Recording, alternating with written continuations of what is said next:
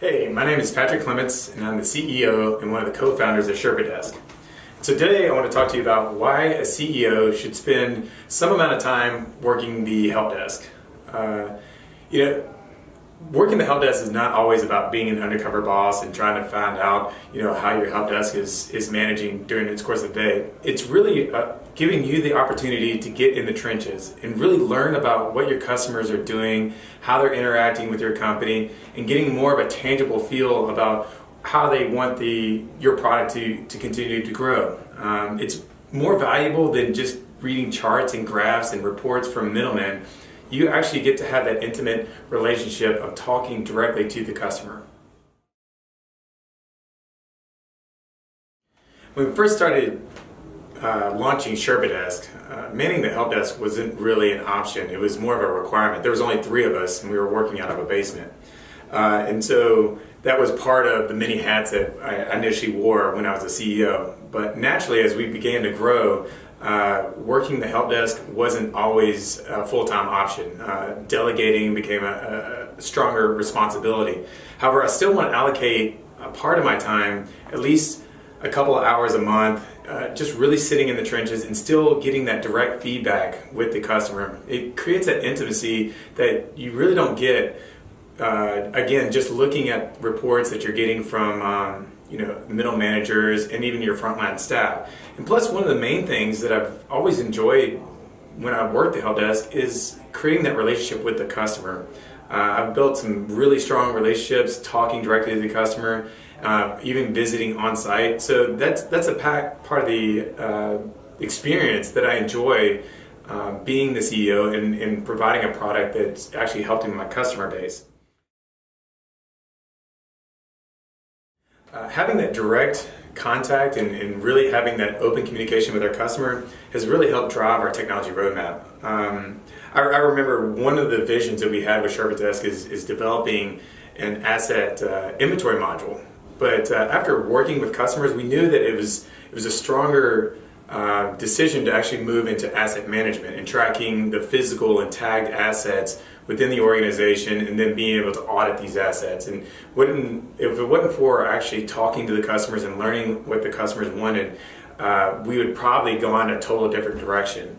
Also, some of the key features that we have out of in SherpaDesk now, such as the to-dos and the templates, that's all directly stemmed from talking directly to the customer and giving us feedback that says, hey, for instance, we need a to-do template that will allow us to do new hires and instantly create these tasks and assign these tasks. That wasn't something that we originally created. This was crowdsourcing and learning from our customers. That was what they needed. And I think having that strong open communication with our Tier 1 and support desk allowed us to create one of the best features that we have in the system today.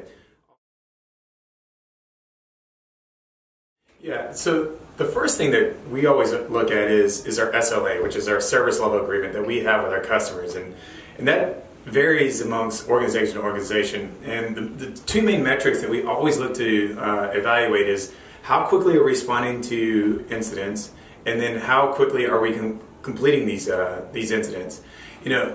The study shows that if you respond to a customer inquiry within the first 15 to 20 minutes, their level of satisfaction increases dramatically. But the longer that response time lasts, you're starting to lose credibility with your customers. So these are the things that I specifically look for, and that translates into, does our first line, does our Tier 1 support team, do they have the tools? Do they have the tools to actually complete and respond to these requests in a timely manner, and can they complete them?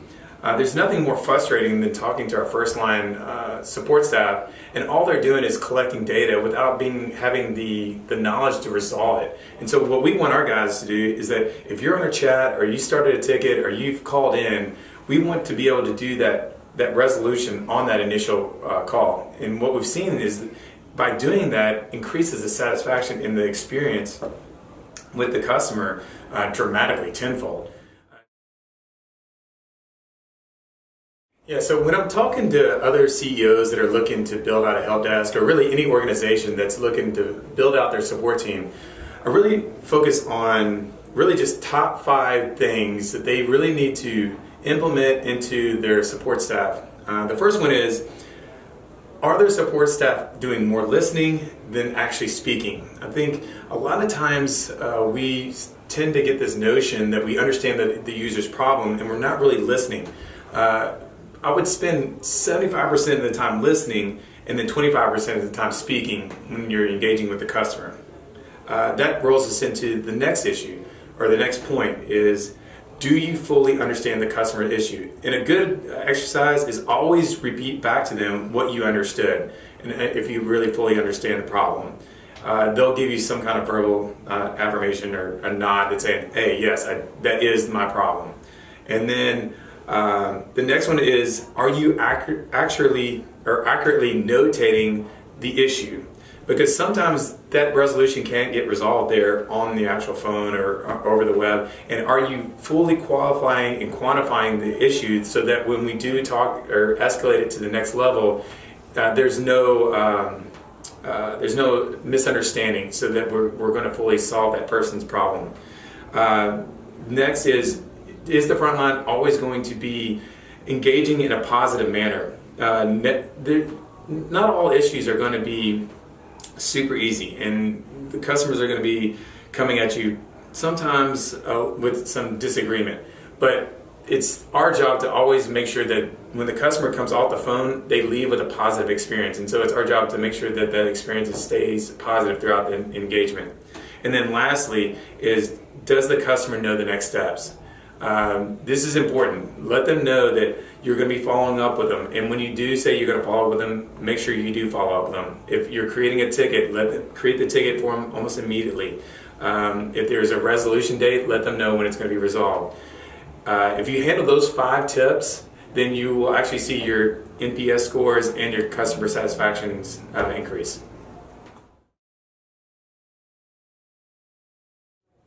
So I hope this video was helpful, give you some kind of insight on how we operate at Helpdesk. Hope you learned something about how to start a Tier 1 Helpdesk and engaging with your customer. One of the core values we have here is it's always a lot easier to keep a customer than gain a new customer. So until next time, keep on trekking.